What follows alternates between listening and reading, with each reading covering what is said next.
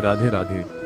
आज हर व्यक्ति परेशान है। कोई धन ना होने से दुखी है तो कोई धन होने के बाद भी शांति ना मिलने से दुखी है। कोई बीमारी से परेशान है तो कोई अपने ही मन के विचारों से लड़ रहा है। आखिर ऐसा क्यों है? महाराज जी कहते हैं, जब तक आप इस संसार से शांति की उम्मीद रखोगे तब तक आपको दुख ही मिलेगा। ये संसार दुख का घर है। यहाँ सुख केवल एक छलावा है, एक भ्रम है। आप जिस गाड़ी, बंगले या रिश्ते में सुख ढूंढ रहे हैं वह कुछ समय के लिए तो आपको आनंद दे सकता है, लेकिन अंत में वही दुख का कारण बनता है। तो फिर सच्चा सुख कहाँ है? परम शांति कहाँ मिलेगी? महाराज जी समझाते हैं कि परम शांति किसी बाहरी वस्तु में नहीं, बल्कि आपके भीतर छिपे उस परमात्मा के नाम में है। जब तक आप अपने मन को भगवान के चरणों में नहीं लगाओगे तब तक यह मन भटकता रहेगा। मन एक पागल हाथी की तरह है और भगवान का नाम उस हाथी को वश में करने का अंकुश है।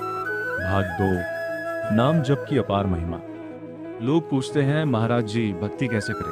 हमारे पास तो मंदिर जाने का समय नहीं है, हम तो गृहस्थ हैं, काम धंधा करते हैं। महाराज जी कहते हैं, भक्ति के लिए आपको सब कुछ छोड़कर जंगल जाने की जरूरत नहीं है। कलयुग में केवल एक ही रास्ता सबसे आसान और सबसे बड़ा है, नाम जपो।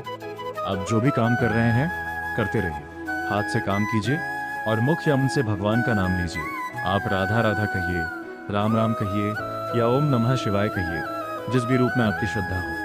नाम में इतनी शक्ति है कि यह आपके जन्मों जन्मों के पापों को भस्म कर देता है। जैसे अंधेरे कमरे में एक छोटा सा दीपक जलाते ही सारा अंधेरा गायब हो जाता है, ठीक वैसे ही जब मुख से निरंतर राधा या कृष्ण नाम निकलता है तो मन के सारे बुरे विचार और चिंताएं पल भर में जलकर राख हो जाती हैं। भाग 3, दुख और सुख का रहस्य। महाराज जी जीवन का एक बहुत बड़ा सत्य बताते हैं। वे कहते हैं, जब आपके जीवन में दुख आए, कोई विपत्ति आए तो घबराइए मत।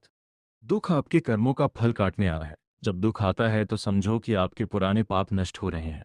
और सबसे बड़ी बात, दुख में ही इंसान भगवान को याद करता है। सुख में तो इंसान परमात्मा को भूल जाता है, लेकिन दुख इंसान को भगवान के करीब ले आता है।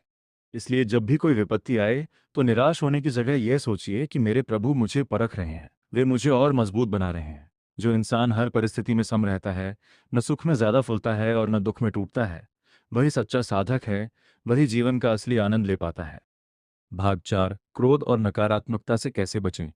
आज के समय में इंसान की सबसे बड़ी बीमारी है क्रोध और दूसरों से तुलना करना। महाराज जी कहते हैं, जब आप दूसरों को देखकर जलते हैं या दूसरों में बुराई ढूंढते हैं तो आप अपनी ही ऊर्जा को नष्ट कर रहे होते हैं।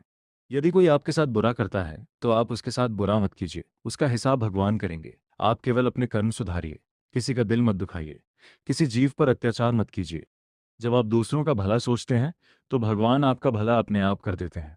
अपने मन को शुद्ध रखिए। जब मन शुद्ध होगा तो उसमें